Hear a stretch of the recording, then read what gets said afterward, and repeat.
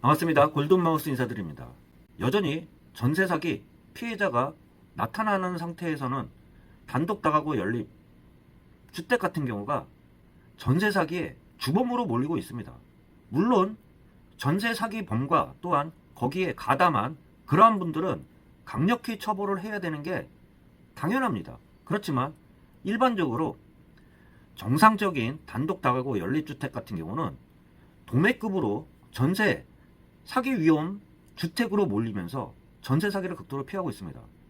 그러다 보니까 주택 같은 경우도 전세보다는 월세로 많이 찾고 있는 게 최근 시장이라고도 할 수 있는데요.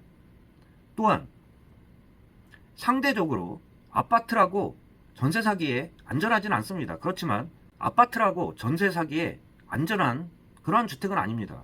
그렇지만 단독 다가구 연립주택 같은 경우가 뉴스에서 보다시피 전세 사기 피해자가 많이 나오자 아파트로 수요가 몰렸습니다. 아파트에 전세가 몰리다 보니까 매매가까지 끌어올리는 그러한 양상들을 보였죠. 전세 가격 같은 경우는 어떻게 보면 매매가를 끌어올리는 역할도 하는 게 전세 시장입니다.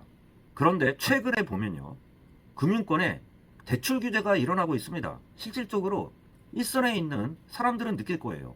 굉장히 혼란스러운 시장이라고도 할 수 있는데요. 아파트 전세 같은 경우 금액도 많이 올라갔지만 전세 대출을 받아가지고 이동하는 사람들이 많았었는데요.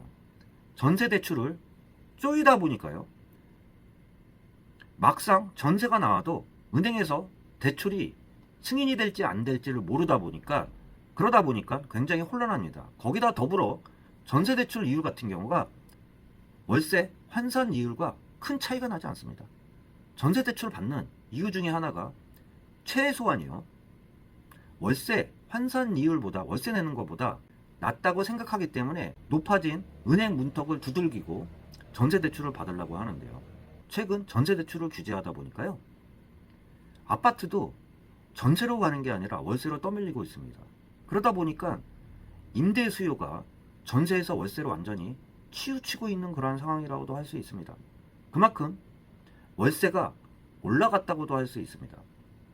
다방 플랫폼이요, 9월 서울 25개 자치구별 연립 다세대 원룸 3.3제곱미터 이하 전월세 수준을 분석한 결과요, 월세는 73만원으로 직전 달 대비해서 2만원, 약 2.6% 상승했습니다.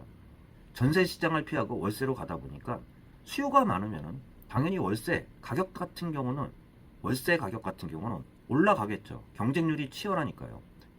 반사 수요로 아파트로 전세 수요가 몰렸는데 은행 대출로 인해서 월세 시장으로, 아파트도 월세 시장으로 재편되다 보니까 아파트 월세 같은 경우도 올라가고 있습니다.